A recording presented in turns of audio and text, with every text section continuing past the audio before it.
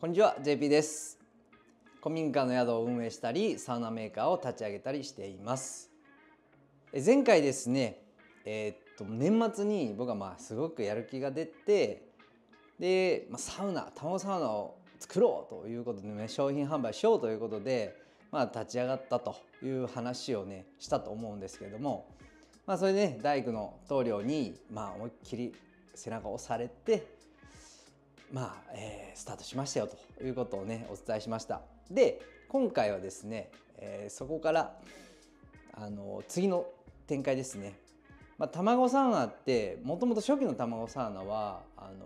僕は DIY 的に作って、もうそもそももう完成が見たいだけ、早く完成が見たくて、もうわーっとその熱で作っていったっていうようなことなんで、かなりね脆弱な部分がいっぱいあるんですよ。例えばあれを商品にしようって思った時に、かなり超えなければならない課題っていうのがあって、これが、ね、5つあります。この5つの課題っていうのがあって、それをね、どういうことか、どんなものかっていうのを、今回でちょっとお話ししていきたいと思います。で、5つの課題なんですけど、まず1つ目が雨漏りするんですよ。雨漏りするっていうことと、2つ目が何だったっけ、これ喋るのって難しいんですよね。もうねまとめたのに、2つ目がね、ドアの開閉がスムーズじゃない。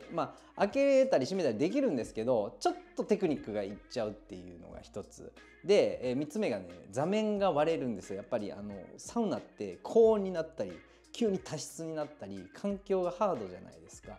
で卵サウナは無垢でほとんどできてるんですけども、座面のとこだけ集成材使ってるんですよ。でそこがね割れたりする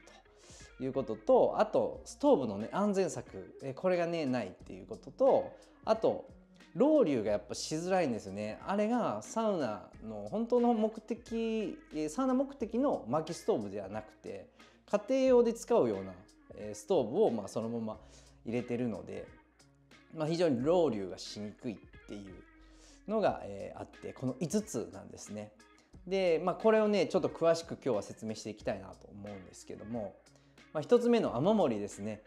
こう1500の、これぐらいのパーツが、1パーツがね幅がね7.5 センチで、幅がねだいたい40センチぐらいのものが1500パーツあるんですよね。それがブワーっとこの103段積み重なって卵の形を形成しているんですけど、必ずそこにね、積み重なった部分と、あと突き合わさった部分が発生するんですよ。こうパーツとパーツが突き合わさった部分、それは縦に隙間が発生するので、そこからね雨が侵入してくる。もちろん今の段階ではその重なった部分も横の隙間ですねも侵入してるんですけど、大きくはこの縦の部分なんですね。でこの縦の部分を、絶対止めないといけないっていうことと、これがね結構難しいんじゃないかと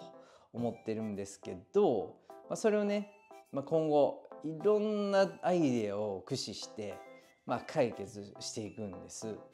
でこの2つ目のドアの開閉がスムーズじゃないっていうので、もうドアねめっちゃ難しいんですよ。こう卵型じゃないですか。だから壁が曲線なんですよ。その曲線の壁に対して曲線のドアがついてるんですね。なんでその金具って一体どんなんなんやみたいな話になるじゃないですか。結局蝶つがいだとお腹の部分が思いっきり干渉して開閉できないんですよ。でいろいろ考えてね、あの時も、じゃあスライドさせようと。でスライド式になったんですけど、それでもねやっぱりねどう伝えたらいいのかな。こうずっとね引っ張るとねドア自体が室内側からは消えるんですよ。見えなくなるんですね。で、開け閉めがやっぱりちょっと重いんですよ今。ドア自体もすごく重たいし、金具も自作してるんで、そのジャストフィットじゃないんですよ。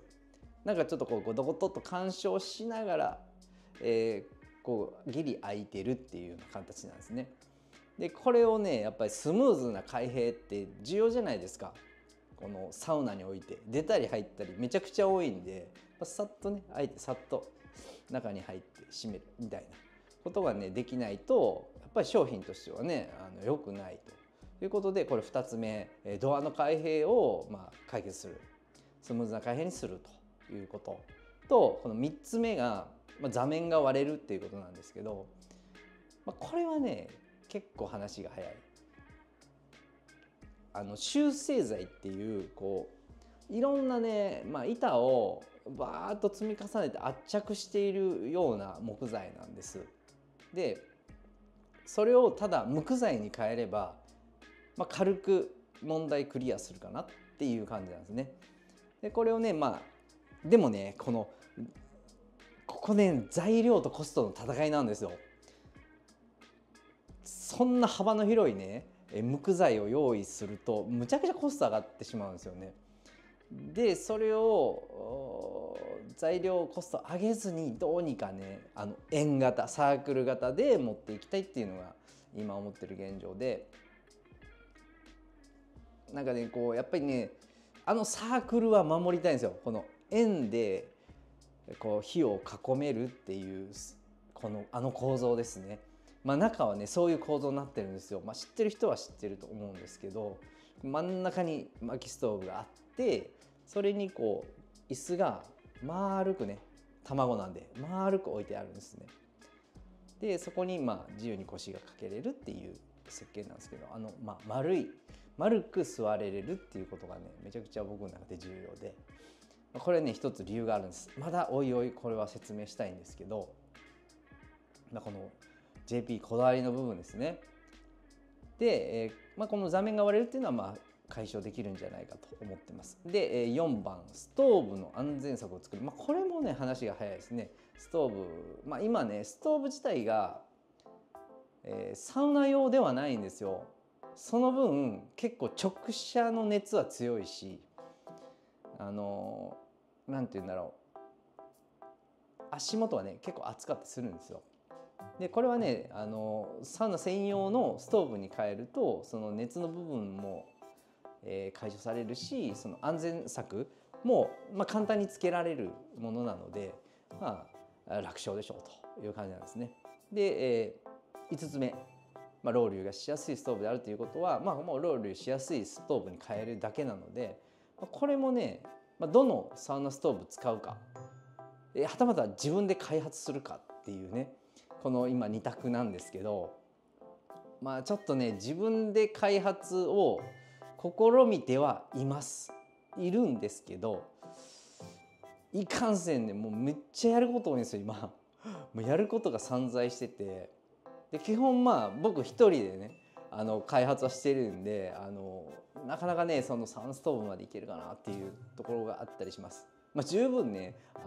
僕がいいなと思うサウナストーブはこの世の中にたくさんあるので、わざわざ僕が作る必要があるのかっていうところもねなんか思ったりもします。その辺は金額とか、やっぱこういうものがないからこういうのが欲しいと思えばやっぱ自分で作ってみようかなというふうになるとは思うんですけども、今のとこ素晴らしいねサウナストーブがいっぱいあるので、どこかのね、メーカーさんのものを使いたいなというふうには思ってます。でこの5つね、これがね解決されると卵サウナはすっごくいいサウナになるんですよ。なります確実に。これはもう自分がね僕が一番作者なんでね一番愛してるっていうのはあるんですけども、これいろんな人と入ってみても相当いいんじゃないかというふうに思ってるので、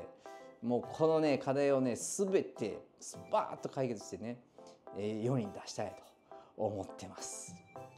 ここから先ねまだまだ道のり長いです。なので逐一ねいろんなこう報告や、情報共有ができたらなと思っていますので、ぜひですね、次の投稿も聞いてほしいんですけど、いいね報告ができるように日々邁進していくんで、これからもよろしくお願いいたします。それでは。